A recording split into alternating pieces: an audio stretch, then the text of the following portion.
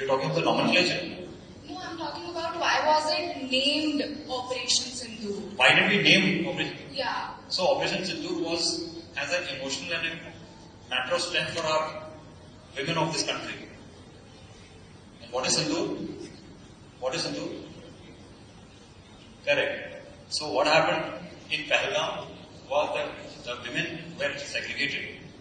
Their names were asked, and finding out that they belong to a particular religion, they were shot dead. So what happened was Sindoor was Gujarat, as we talk normally. And therefore it was a messaging, a very, very deep messaging and an emotional connect to the women. And that's the way we went after the terrorism. And if I get my fact correct, Prime Minister himself coined this phrase. So it was absolutely justified and absolutely emotional connect with the women and the citizenry of this country. So I think we should give a good round of applause for this name itself. Yeah.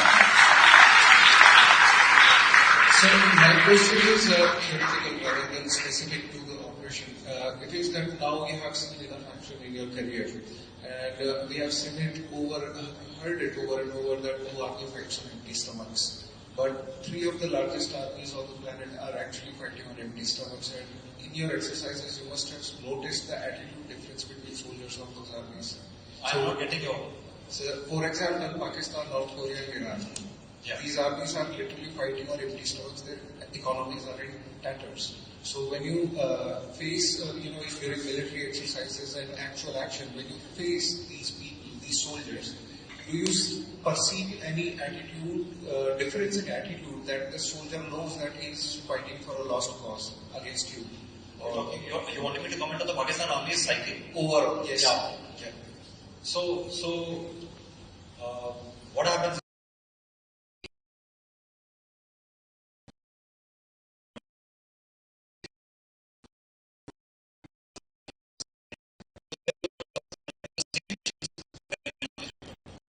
So when you talk one-on-one, they are regular soldiers like you and me. They are just like you. The decisions of waging a terrorism is not contested with soldier. He is the guy who will execute the orders. The policy, the spirit behind entire operations, what is happening in J&K, stems out from their military hierarchy. And the basis, the foundation of Pak Army is anti-Indian.